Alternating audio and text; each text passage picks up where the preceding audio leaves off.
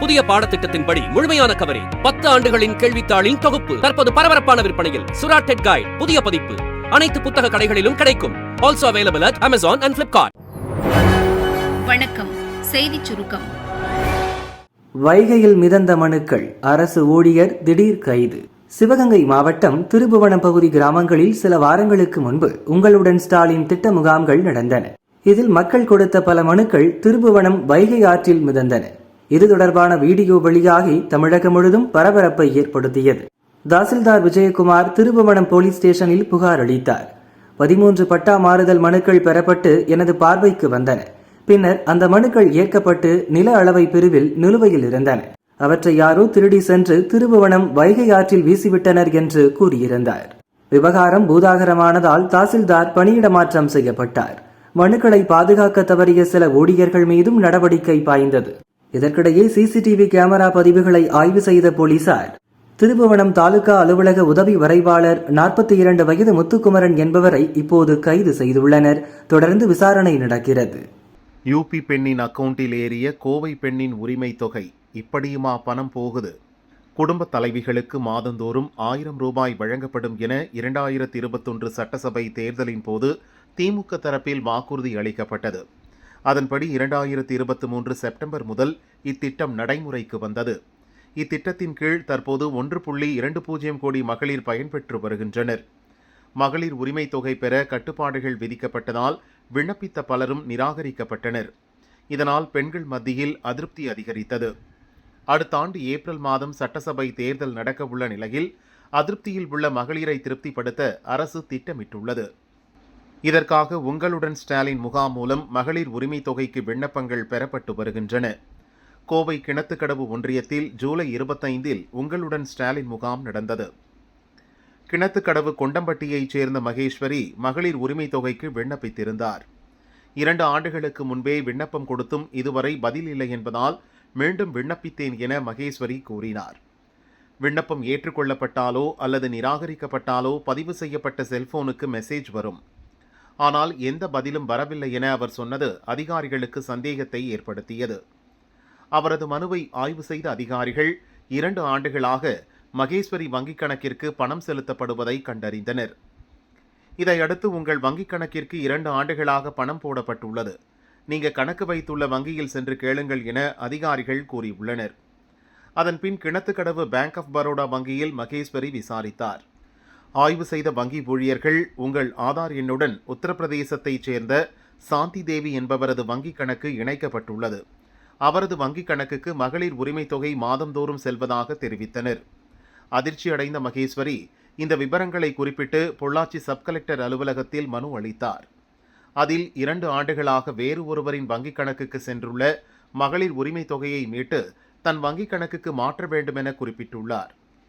இது குறித்து கிணத்துக்கடவு தாலுகா சமூக பாதுகாப்பு திட்ட தாசில்தார் பானுமதி கூறுகையில், மகளிர் உரிமை தொகை சென்னையிலிருந்து பயனாளர்களின் வங்கிக் கணக்குகளுக்கு அனுப்பப்படுகிறது. குறிப்பிட்ட பயனாளியின் வங்கிக் கணக்கிற்கு பணம் வரவு வைக்க நடவடிக்கை எடுக்கப்படும் என்றார். மகேஸ்வரியின் ஆதார் எண்ணுடன் வேறு மாநிலத்தைச் சேர்ந்த பெண்ணின் வங்கிக் கணக்கு எண் எப்படி இணைக்கப்பட்டது என்ற கேள்விகளுக்கு பதில் இல்லை. இந்த சம்பவத்தால் மகளிர் உரிமை தொகை பயனாளர்கள் பட்டியலை சரிபார்க்க வேண்டிய அவசியம் ஏற்பட்டுள்ளது. முகம் சொலிக்க வைத்த தாவைக்கவினர், வெறுத்து போய் கிளம்புகிறேன், ஆதங்கத்தை கொட்டிய பெண்.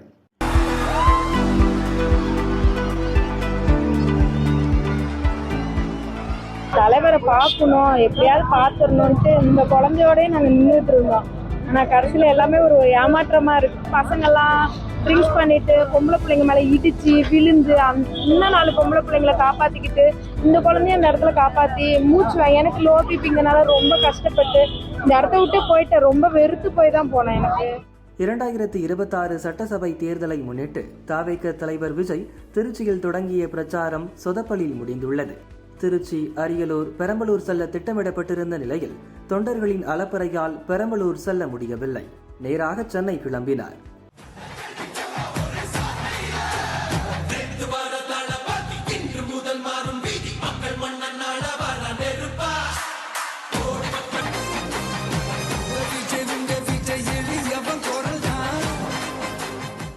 முன்னதாக காலை 10:30 மணிக்கு திருச்சியில் பேச வேண்டிய விஜய் மதியம் 3 மணிக்கு தான் பேச ஆரம்பித்தார். ஜனநாயக போருக்கு தயாராகிறதுக்கு முன்னாடி நம்ம மக்களை உங்க எல்லாரையும் பார்த்துட்டு போலான்னு வந்திருக்கிறேன். அரியலூர் போக இரவு 8 மணிக்கு மேல் ஆகிவிட்டது. அடுத்து பெரம்பலூர் வருவார் என தாவேக்க தொண்டர்கள், பெண்கள் காத்திருந்தனர். இரவு 12:30 மணியை கடந்தும் விஜய் வரவில்லை. இதனால் மதியம் 2 மணியிலிருந்து காத்திருந்த மக்கள் ஏமாற்றமடைந்தனர். விஜய் வரமாட்டார் என தெரிந்ததும் அங்கிருந்து விரக்தியுடன் கிளம்பி சென்றனர். விஜய் வருகைக்காக காத்திருந்த நேரத்தில் தாவேக்க தொண்டர்களின் செயல் முகம் சுளிக்க வைத்தது என அங்கு வந்த பெண்கள் கூறினர்.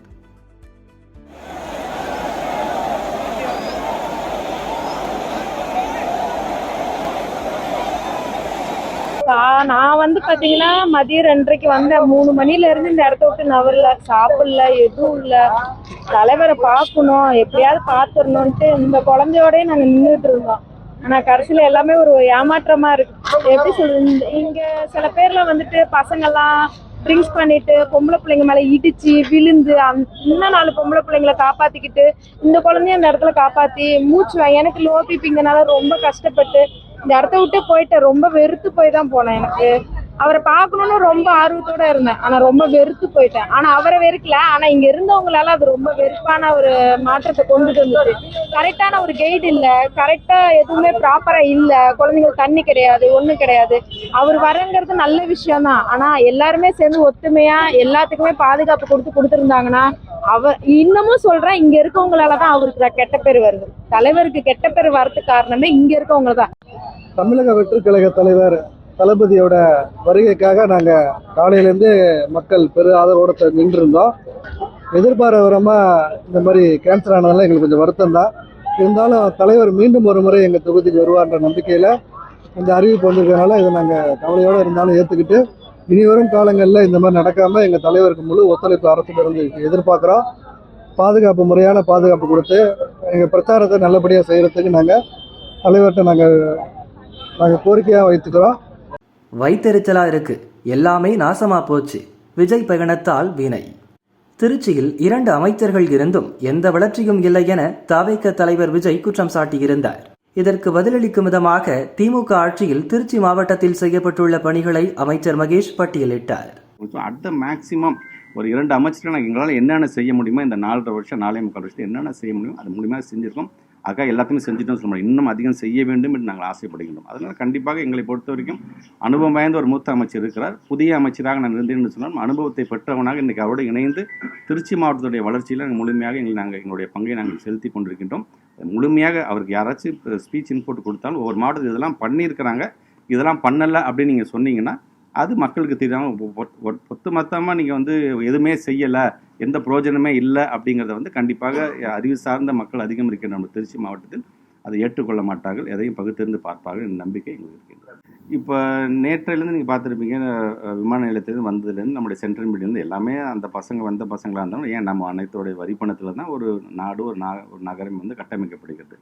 அது ஒட்டுமொத்தமாக அதெல்லாம் செதைச்சிட்டு போகிற மாதிரி எல்லாமே நேற்று போகும்போது வைத்தறிச்சலாக இருக்குது. எங்களுடைய சையத் முத்துஷா பள்ளியை சார்ந்திருக்கின்ற மேல் கூரையால் நின்று உடஞ்சி அந்த பிள்ளைங்களுக்கான டாய்லெட்டை நீங்கள் வீணடிச்சிட்டு போயிட்டோம். ஸோ கும்பல் வர்றது என்ஜாய் பண்ணுங்கள், நீங்கள் ஒரு என்டர்டெயின்மெண்ட்டாக பாருங்கள், ஹாப்பியாக இருங்க. அதெல்லாம் நான் அதை பற்றி சொல்ல நாங்கள் யாரையுமே நாங்கள் எதிரியாக நாங்கள் நினைக்கிறது கிடையாது. உங்களுக்கே தெரியும், நாங்கள் எல்லாம் பேச ஆரம்பிக்கும் போதே ஒரு திட்டமிடல் எக்ஸ்பீரியன்ஸ் அப்படிங்கிறது கண்டிப்பாக தேவையில்லையா. இன்றைக்கி ஒரு கூட்டத்துக்கு வராங்க, இவ்வளோ பெரிய கேதரிங் பண்ணுறாங்கன்னா யாருமே வருகின்ற வேன் மைக் வச்சுக்கிட்டு கூட யாரும் அதை நம்பி வர மாட்டாங்க. சுற்றி வட்டாரத்தில் மிகப்பெரிய ஒரு மைக் செட்லேருந்து அந்த ஸ்பீக்கர்ஸ் வச்சா தான் அவங்க பேசுகிறது தெரியும். அது எங்களுக்கு விமர்சனம் பண்ணாலும் சரி, பாராட்டினாலும் சரி, அறிவுரை சொன்னாலும் சரி, மக்களுக்கு என்ன சொல்ல வராரு உள்ளபடியே ஒரு தெளிவாகத்தான் அந்த கருத்துக்களை சொல்ல வருகிறாரா அப்படிங்கிறது கூட யாருக்குமே தெரியாமல் போயிடுச்சு.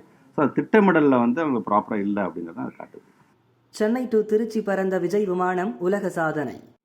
சென்னையிலிருந்து திருச்சி சென்ற தாவேக்க தலைவர் விஜயின் விமானத்தை ஒரே நேரத்தில் அதிக அளவில் டிராக் செய்யப்பட்டு சாதனை புரிந்துள்ளது. தமிழக வெற்றி கழக தலைவர் விஜய் தனது முதல் தேர்தல் பரப்புரையை திருச்சியிலிருந்து நேற்று துவங்கினார். பிரத்யேக பிரச்சார வேனில் ஊர்வலம் வந்து பேசினார். முன்னதாக சென்னையிலிருந்து திருச்சி செல்ல தனி விமானத்தை பயன்படுத்தினார். சென்னையில் காலை 8:55 மணிக்கு புறப்பட்ட விஜய் விமானம் திருச்சிக்கு 39 நிமிடங்களில் வந்தது. இந்த நேரத்தில்தான் அவரது விமானம் உலக சாதனை படைத்திருக்கிறது. அதாவது உலகளவில் ஒரே நேரத்தில் அதிகளவில் ட்ராக் செய்யப்பட்ட விமானம் என்ற பெருமையை விஜய் விமானம் பெற்றுள்ளது. நேற்று ஒரே நேரத்தில் சுமார் 9,000 பேர் விஜய் விமானத்தை ட்ராக் செய்திருக்கின்றனர். VTTSG ஹாக்கர் 800 XP என்ற தனி விமானத்தை விஜய் பயன்படுத்துகிறார். இது மற்ற சொகுசு விமானம் போன்றில்லாமல் நடுத்தர விமானம்தான் என்று கூறுகின்றனர். இதன் மதிப்பு 100 கோடி ரூபாய். 13 பேர் பயணிக்கலாம். அதிகபட்சம் 4000 கிலோமீட்டர் தூரம் செல்லக்கூடியது. உள்ளேயே ஓய்வறையும் உண்டு.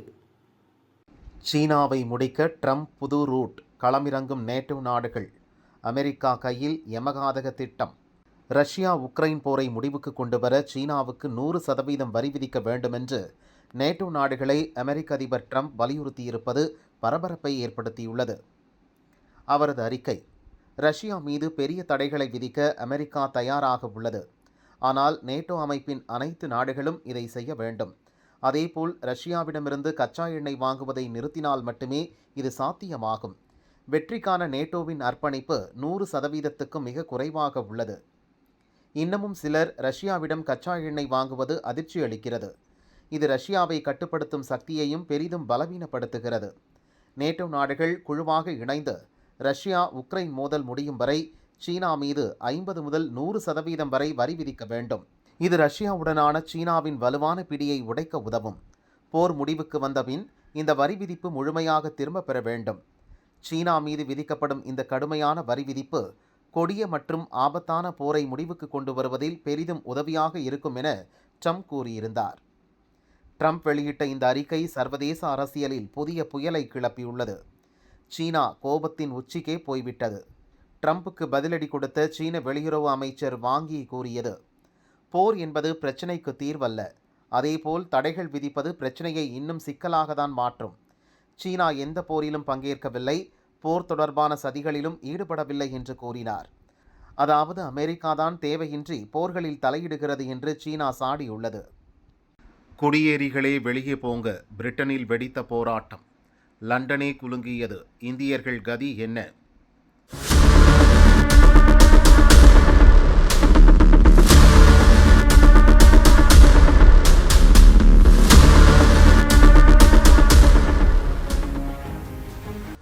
அமெரிக்கா ஆஸ்திரேலியாவை தொடர்ந்து வெளிநாட்டினர் குடியேறுவதை தடுக்க வேண்டும் என்று பிரிட்டனிலும் மிகப்பெரிய போராட்டம் வெடித்திருப்பது பரபரப்பை ஏற்படுத்தியுள்ளது.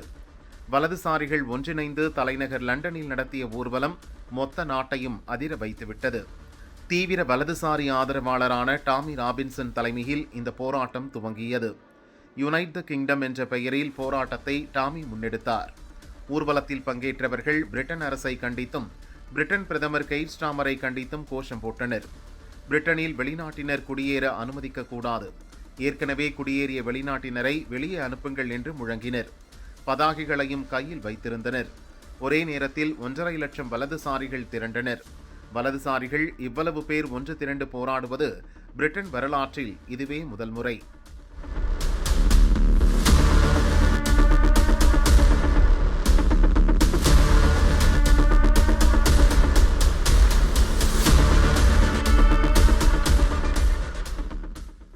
இந்த போராட்டத்துக்கு எதிராக டியான் அபாட், ஜாரா சுல்தானா ஆகிய 2 எம்பிக்கள் அதே இடத்தில் போட்டி ஊர்வலம் நடத்தினர்.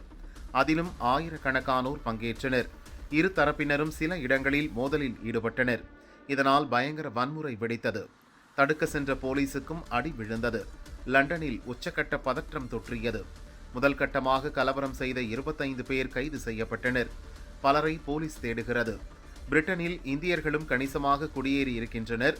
லண்டன் போராட்டம் அவர்களை பதைபதைக்க வைத்துள்ளது.